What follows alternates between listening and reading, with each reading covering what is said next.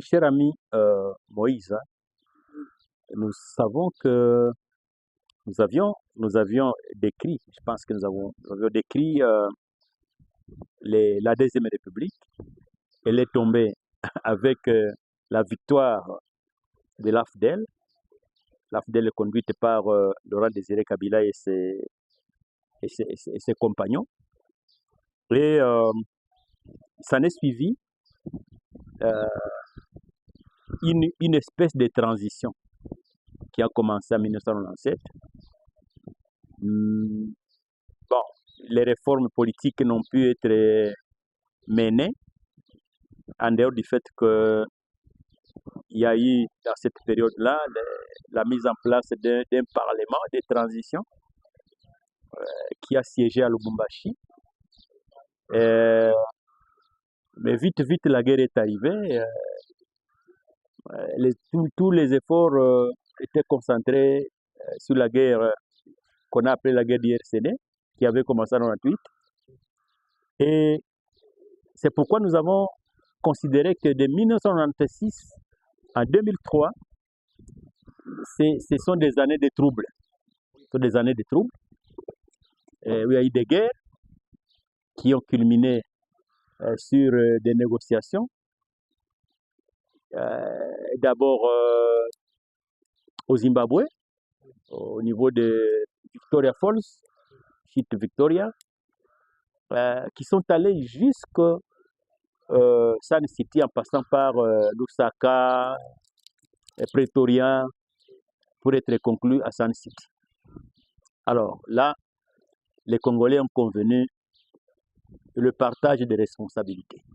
Ça, tout le monde le sait, il faut le répéter, que toutes les institutions ont été partagées. Et pendant une période de 4 ans, moi-même, j'étais parmi ceux qui ont été cooptés, les députés cooptés, les 500 députés cooptés de la transition. C'est vrai, il y avait moins 4, il y a 4 qui ne se sont pas présentés. On était 496.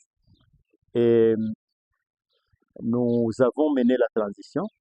La présidence était faite de 5 personnes, les chefs de l'État et 4 vice-présidents. Et les cours et tribunaux ont été installés avec à la tête la Cour suprême. Eh bien, le tout semblait bien marcher. Mais toujours, comme il faut s'attendre à cela, il y a eu les problèmes de la pacification. La pacification, la commission vérité et réconciliation qui avait été prévue par l'accord global et inclusif de Sun City. Oui. Cette commission n'a pu fonctionner. Je n'ai jamais su pourquoi, parce que il me semble qu'il y avait un budget, mais cette commission n'a pu travailler pour pouvoir amener la concorde et la paix entre les Congolais. Non seulement les Kivu, mais également au niveau de l'Ituri et du Katanga. Cette affaire de Kasaïen Katangais, ça couvait depuis Mobutu avec Kyungu Kumwanza. Il fallait aussi lorgner de ce côté-là et taire définitivement ces conflits inutiles basés sur les régionalismes. Cette commission n'a pu travailler. J'étais à Kinshasa, j'ai visité les amis qui dirigeaient cette commission. Il y avait ces 2 compatriotes déjà qui nous ont déjà quittés. Bishop Monseigneur, il s'appelait Monseigneur, oui, c'est Bishop, il passe en anglais, c'est comme ça. Monseigneur Kuyendondo Omlemera, qui était le président, et le vice-président Benjamin Serukiza Nkundabandi. Vraiment, ça n'a pas pu fonctionner. Je ne sais pas, je vais faire des études pour savoir pourquoi, mais sinon, on n'a pas vu cette commission se déployer sur le terrain et faire du travail pour amener ceux qui hésitaient à aller à Kinshasa, ceux qui avaient des parents, des familles dans les camps de réfugiés en Ouganda et au Rwanda, tous ces gens-là, ils sont restés, ils ont été délaissés pour compte. Et ils ont développé des revendications qui nous ont amenés à la guerre d'Nkundabatware, Laurent Nkundabatware, le général qui n'a pu se rendre à Kinshasa, et donc à des raisons de sécurité des siens, parce que moi j'ai déjà fouillé pourquoi il ne nous a pas rencontrés, il ne nous a pas rejoints à Kinshasa, il a refusé de partir. Il évoquait des raisons des siens qui n'étaient pas là, et il ne voyait pas pourquoi il devait aller à Kinshasa alors que les siens étaient confrontés au FDLR et d'autres milices tribales qui empêchaient les retours des réfugiés. Alors, lui a pensé qu'il fallait qu'il restât pour se battre pour la dignité de ses concitoyens de Massissi et de Rutshuru. Voilà la raison. Alors, malgré ça, malgré cette guerre qui a été résolue tactiquement, pas de manière militaire, mais de manière tactique, politique, cette crise a été surmontée jusqu'à arriver à des accords qu'on appelle les accords du 23 mars 2009, qui n'ont pu malheureusement satisfaire les belligérants, l'autre partie, quoi, la rébellion ou l'insurrection. Et malgré ça, l'insurrection a eu lieu, mais avant l'insurrection, je veux dire, en 2006, parce que déjà, vous savez, avec cette affaire en 2004, tout ça, l'insurrection de Bukavu, Laurent Nkunda qui arrive ici, épaulé Mutebouti à Bukavu, vous vous souvenez, cher ami Moïse, tout ça sur la base des tensions identitaires. La crise de Bukavu a soulevé des questions et là a été résolue encore une fois, pas militairement, mais politiquement, parce que la MONUSCO s'y est impliquée pour demander à Nkunda de rejoindre les Massissi et Mutebousi de rentrer vers Uvira. C'était une demi-mesure. Donc, ils n'avaient pas été vaincus. Non plus, on ne leur a pas donné la solution au problème. Donc, le problème restait entier. Et les observateurs voyaient les reports de la guerre. Parce que lorsque vous résolvez mal une crise, une guerre qui n'a pas été vaincue, vous la résolvez de la mauvaise manière possible. Eh bien, attendez-vous à ce qu'elle vous revienne quelques temps après. On ne s'était pas trompé. De 2003 à 2009, il n'y avait que 6 ans. Le CNDP est entré en guerre. Et je voulais dire 2004 à 2009, ça faisait 5 ans. Le CNDP est revenu dans cette guerre-là. Mais on a dû quand même, malgré tout ça, organiser les premières élections multipartites de l'histoire de ce pays. Il y avait beaucoup de partis. Les élections ont été gagnées, remportées à une majorité simple par le PPRD, qui a dû batailler pour trouver des alliances et diriger l'Assemblée nationale et le gouvernement. Donc voilà. Et je n'ai pas parlé de la constitution de 18 février 2006 sur le plan politique. Cette constitution qui a été votée et qui a été promulguée par le chef de l'État, Joseph Kabila Kabange, le 18 février 2006, a consacré l'entrée dans la Troisième République. Parce qu'il faut que les jeunes sachent ici qu'on ne proclame pas seulement une république comme ça, mais il faut qu'il y ait un soubassement juridique de transformation dans les pays qui permettent à dire oui, il y a eu un changement profond, il faut qu'on passe à une autre république. C'est ainsi que cette constitution-là a mis fin à tous les autres textes, tout ça, les textes avec lesquels Laurent Désiré Kabila exerçait les pouvoirs. Ce texte a été remplacé par la constitution du 18 février 2006. Et elle a permis l'organisation des élections, telles que je viens de le dire, qui ont été remportées par les partis, le PPRD, en alliance avec d'autres. Ils ont pu diriger. Et 2011, un deuxième cycle d'élection, mais qui a été perturbé avec la guerre du M23 2. La guerre du M23, la guerre du M23 1. Premier épisode, s'il faut l'appeler comme ça. Et cette guerre est arrivée toujours dans la contestation du fait que l'accord de Goma du 23 mars 2009, qui avait été conclu avec les CNDP, avec le gouverneur de Kinshasa, cet accord n'avait pas été mis en application, ou alors il l'a été, mais de manière insuffisante.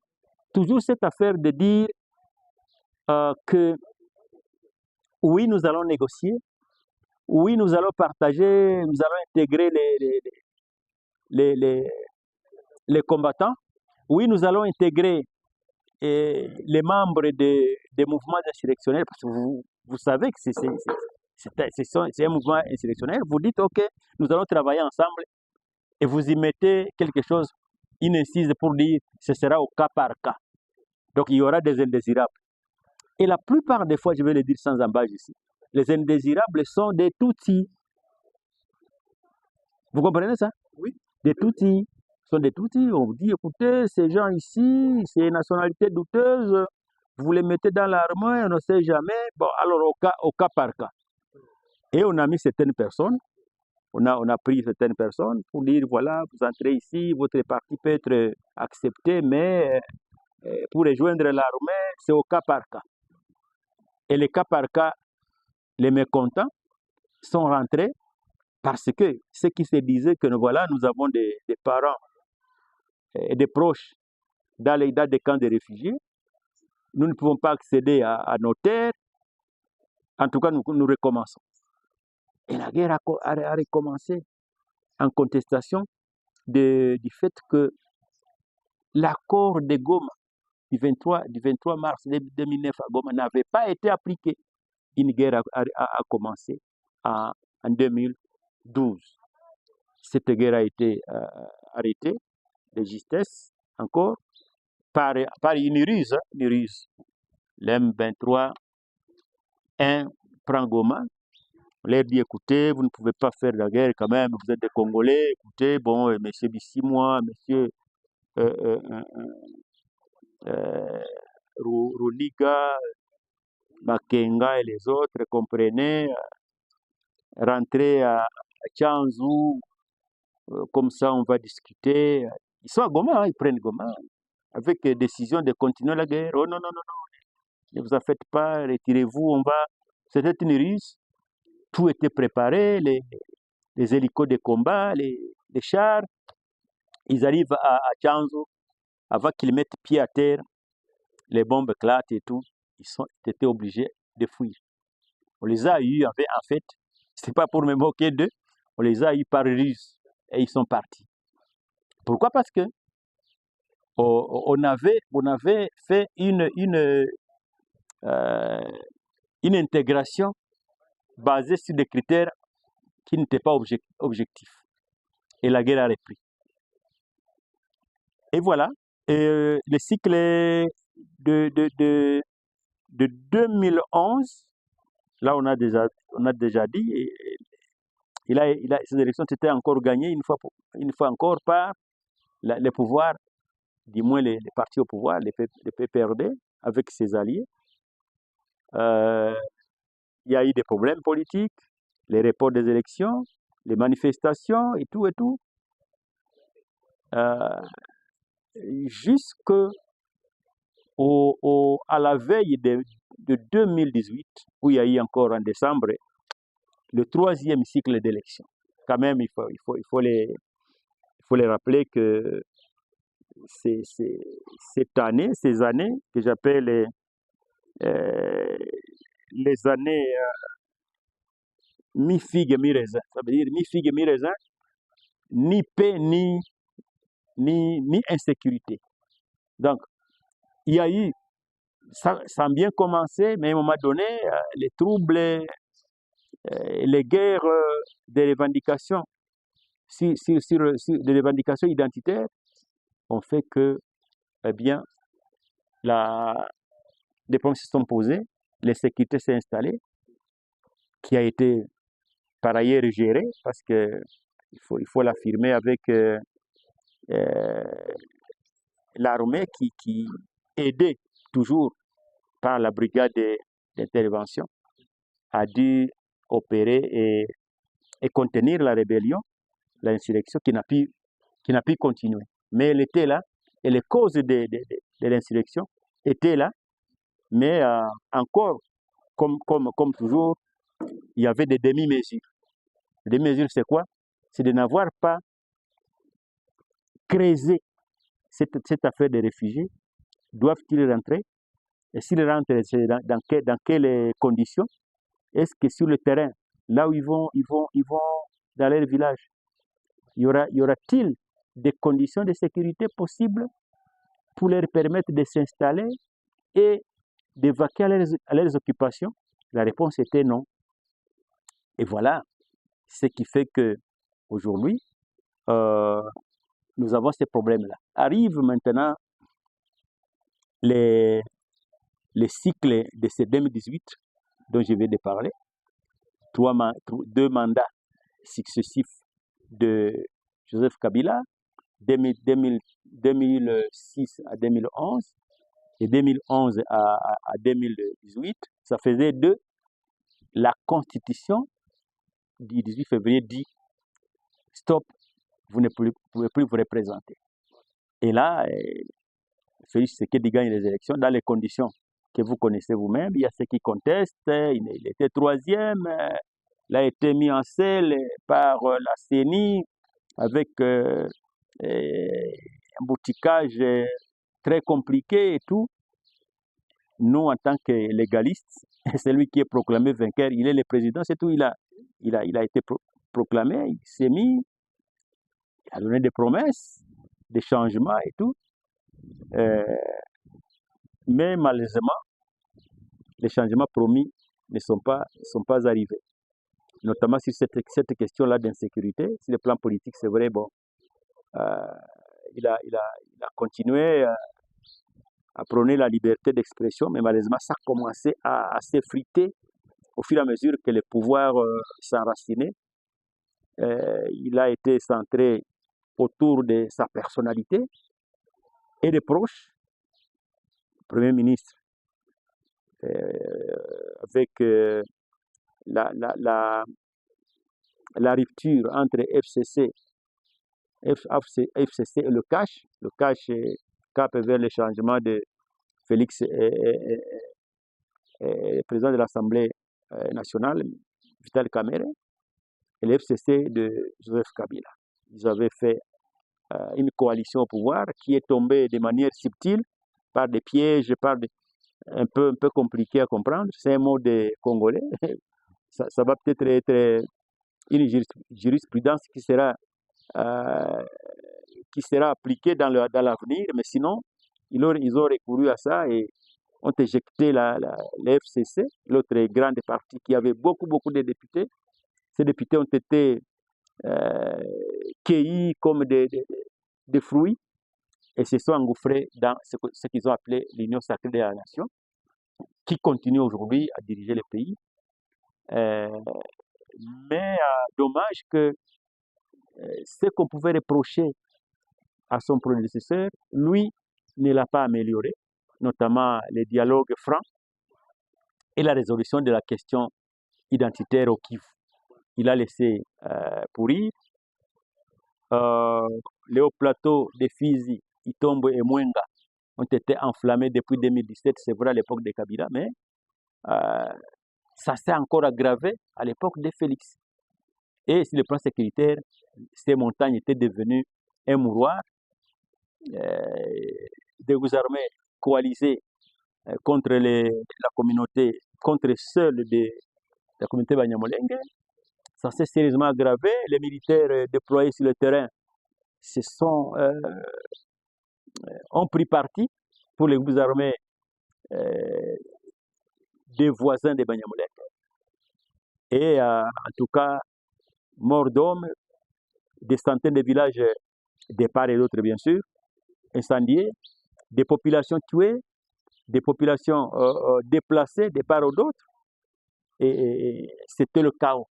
Alors le chaos, que ce soit les Nord Kivu, la même chose, Nyatura à Ferrage, alors c'était devenu totalement des zones de non-droit, où seule l'arme pouvait servir pour se prévaloir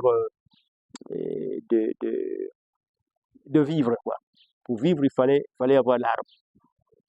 C'est dans ce contexte que naît la guerre du M23-2. Sa délégation ayant été appelée à Kinshasa, ils ont fait 14 mois, ça c'est devenu une récitation, tout le monde le sait. J'ai entendu même une dame de l'ECD de Fayoulou vociférer, tout ça, Bengaki Bango, 14 mois, Bayaki a dit voilà, on les avait appelés, ils ont fait 14 mois, vous ne l'avez pas accueilli pour résoudre les problèmes. Et ça a été fait comme ça, ils sont rentrés, ils n'ont jamais vu les chefs de l'État. Ils voyaient les ministres Peter Kazadi qui leur disait voilà, chef Waza, le chef est occupé, vous voyez, si vous pouvez rentrer, vous pouvez revenir après 14 mois. Et de retour, ils ont décidé de recommencer à se battre. Et ils ont été rejoints par d'autres Congolais mécontents de la gestion, de la gouvernance. Ces autres Congolais sont, entre autres, en principal, monsieur Corneille Nangaa, l'ancien président honoraire de la CENI, qui a rejoint pour protester contre la gouvernance du pays, ainsi que d'autres personnes, notamment lui, les Twiguano, qui défendait déjà, qui était déjà contre le gouvernement à raison de ce qu'ils ont appelé le rejet et tout, les rejets identitaires. Et leur lutte a continué jusqu'à ce qu'ils se sont alliés à la coalition qui mène la guerre aujourd'hui. Et voilà, nous sommes là. Et sur le plan politique, ça ne tient que sur un fil, parce qu'en fait, pour que vous puissiez parler, il faut être de l'union sacrée de la nation. L'opposant n'a aucune parole. Vous pouvez, si vous osez mettre votre petit doigt en l'air, on peut vous tolérer comme ça, on va vous ramasser et vous partez. Mais la liberté est laissée à une classe politique.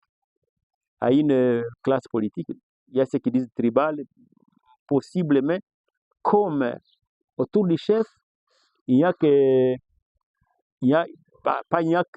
quand même une grande partie de ceux qui tiennent les rênes du pouvoir. Le vrai pouvoir, c'est à la présidence, c'est toujours la famille.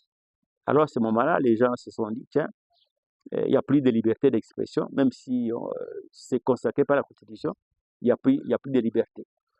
Les cachots, sur le plan de la sécurité, hormis la guerre, les cachots sont pleins, cachots des milliards, des cachots de, c'est pas moi quoi, c'est plein. Des gens sont entassés dans des caves où ils meurent, On a des témoignages des gens qui ont été relâchés. En tout cas, les caves, c'est plein de gens qui meurent. En tout cas, malheur à vous si vous avez la diabète ou des crises cardiaques. répétitive, si on vous coffre, vous n'avez pas de chance de vous en sortir. C'est ça, vous voyez les généraux qui partent. Si Katenda est parti, 82 ans, il avait les problèmes de sucre, les problèmes de diabète, il est parti. Donc, c'est la répression, en fait, la liberté d'expression, la chasse aux swahiliphones, la chasse aux faciès, c'est devenu monnaie courante. Il ne faut pas me dire, mais ceux qui sont là, oui, ils sont là, mais moindre suspicion, vous êtes coffré. Et là, et nous en sommes là, au niveau maintenant de dire, il faut colmater les choses, la guerre n'a pas marché, les FARDC ont été défaits militairement par, dis-moi, sur tous les fronts, défaits. On a fait appel aux Burundais, ils ont été défaits sur les fronts, Rubaya et tout, parce qu'on voulait capturer Rubaya, ça n'a pas marché, ils ont laissé beaucoup de morts. On a armé les civils, c'est le chaos. Et aujourd'hui, on dit, écoutez, ne continuez pas à vous battre, vous êtes des Congolais, si vous êtes vraiment des Congolais, dialoguez. J'apprends que, ok, on dialogue. Mais entre-temps, court-circuit, on va à Washington. Très bien, Washington entre les Rwandais et les Congo. Très, très bien. Bonne chose. Et moi, en tant que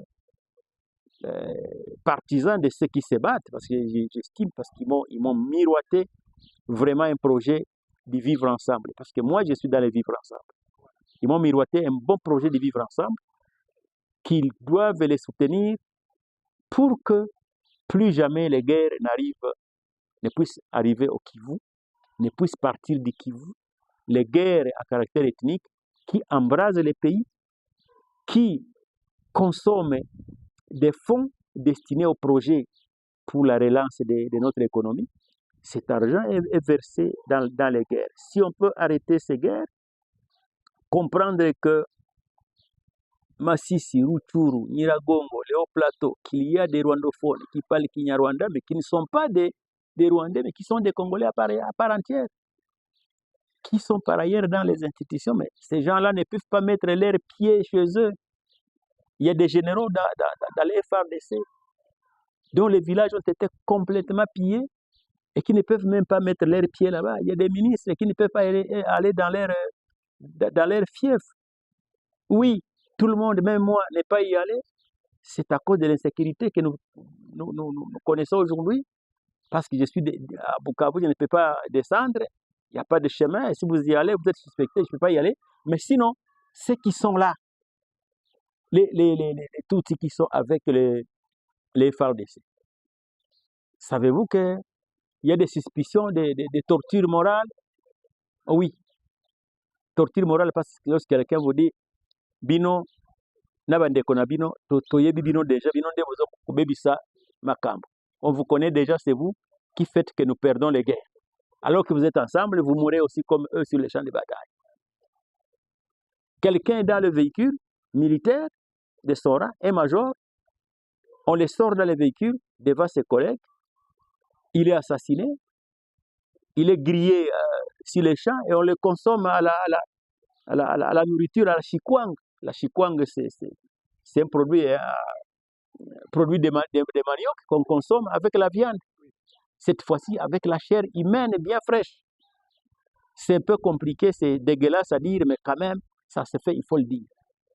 Et vous allez me dire, non, écoutez, ces gens, ils sont bien, il n'y a pas de discrimination. Non, l'État a failli depuis tout ce temps-là, depuis Mobutu, jusqu'à celui qui est là, et ça s'empire maintenant jusqu'à déboucher à une guerre.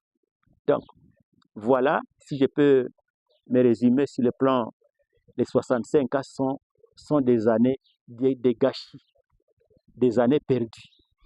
C'est que notre indépendance ne l'a été que chasser les Blancs et ramener d'autres Blancs dans la façon de faire. Donc nous n'avons rien fait, nous n'avons pas fait avancer le peu que les Belges ont amené. C'est vrai, vous allez voir Bukavu, l'hôtel où nous sommes, c'était des maisons, c'est vrai, des maisons basses. Maintenant on a fait des maisons à étage et tout, modernes, mais qu'est-ce qu'il y a dans ça, dans cette modernité-là? Rien. Pourquoi? Parce que nous n'avons pas recouvré notre sécurité, l'indépendance politique. En tout cas, parce que lorsque la politique ne vous offre pas la sécurité, ce n'est pas de la politique, c'est de la dépendance. Parce que vous souffrez, vous n'avez rien, vous ne pouvez pas vous déplacer de Luvungi dans la chefferie de Bafouliru chez moi et aller à Uvira, ça trouver 20 barrières sur la route. 20. Ou même si vous n'êtes pas de la rébellion, vous êtes citoyen quelconque, vous devez payer à ces 20 barrières. C'est la torture. Vous ne pouvez pas appeler quelqu'un indépendant. Celui qui ne sait pas bouger de celui sans payer. Ce n'est même pas de la taxe, une taxe, ce n'est pas de l'impôt, mais seulement une tracasserie financière dans cette période où la population souffre du manque de possibilités, du moins qui est dans un prix d'achat très bas, manque de possibilités de se procurer quoi manger, mais vous devez avoir de l'argent pour vous déplacer. Ce n'est pas de l'indépendance. Donc, 65 ans, l'indépendance, en tout cas, passée dans le vide, dans le néant. Il faut refaire le Congo. Il faut refaire le Congo. Et pour refaire le Congo, moi, je pense que le premier pilier majeur, c'est l'armée. L'armée qui doit garantir la sécurité à tous les citoyens, quelles que soient leurs origines politiques, origines sociales, origines ethniques et religieuses. Protéger tout le monde de la même manière. L'armée qui va protéger les Congos, parce que ces Congos, je dis toujours, nous sommes en 2025, 1885 à ce jour, ça fait 140 ans de vie commune. Donc les populations vivent ensemble depuis tout ce temps-là. Il n'y a pas moyen de dire que tel n'est plus congolais, vous devenez ougandais, comme si on pouvait dire aux Nandes qui sont à Butembo, leur dire, vous, comme vous parlez la même langue avec les Bakonzo qui sont en Ouganda, rentrez chez vous en Ouganda. Comme si vous pouvez aller dire aux Karunda qui sont au Congo, comme ils parlent la même langue avec les Karunda de la Zambie et de l'Angola, vous dites, rentrez, vous êtes des Angolais ou vous êtes des Zambiens. Il faut arrêter avec ça, surtout la jeunesse. Il faut arrêter avec ça et vous verrez, le Congo sera prospère et va être un havre de paix à partir du Kivu. Parce que je ne vois pas où est-ce qu'on peut encore se battre pour avoir parlé une langue qui est parlée de l'autre côté et qu'on puisse vous renier votre nationalité. Ou même si on vous la donne sur le plan légal, mais sur le plan de la conscience collective, on dit non, ces gens sont des Rwandais. Ça blesse, même si on vous donne à manger, même si on vous donne $1 million, quand on vous dit que vous n'êtes pas Congolais, vous êtes Rwandais, rentrez au Rwanda. Je ne pense pas qu'il y ait quelqu'un qui peut dire, ok, donnez-moi ça, moi je rentre. Parce qu'en fait, personne. Parce que j'accepte d'être Rwandais. Si on dit qu'au Congo, on accepte la double nationalité, ok, je suis Rwandais, je suis Congolais, mais vous ne me direz pas que je perds ma nationalité par le fait que je sois élancé avec un nez effilé, c'est pas moi avec. Non, c'est dégueulasse. Et c'est même quand les Blancs, j'ai des amis qui sont aux Nations Unies, certains me disent, mais pourquoi, qu'est-ce qui se passe? Vous êtes Moufoulirou, oui, mais qu'est-ce que vous faites? Pourquoi vous regardez les faciès? Pourquoi vous, est-ce que vous ne pensez pas que c'est gênant au XXe siècle, au XXIe siècle?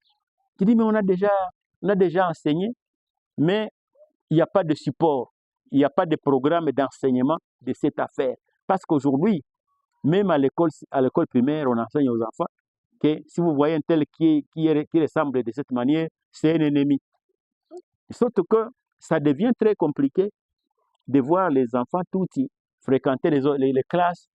Ils ont des problèmes à la récréation, on les regarde, ils sont à 2 à 3, ils sont dans un coin, eux seuls, ils ne peuvent pas jouer. Ce n'est pas bon pour la pédagogie, ce n'est pas bon pour la formation morale et intellectuelle des enfants. Voilà. Chers jeunes, je vais terminer par là, peut-être. Sachez que les guerres que nous avons aujourd'hui, il y en a 10. Ces guerres, il y a, c'est vrai, ceux qui viennent de la politique, mais beaucoup d'autres des guerres les plus récentes surtout, sont des guerres à racines identitaires. Il faut déraciner ces racines identitaires des guerres du Kivu et le Congo sera sauvé. Merci beaucoup. Merci beaucoup, Papa Honorable. Merci beaucoup pour tous nos auditeurs. Nous disons aussi bienvenue sur notre chaîne Gralam TV.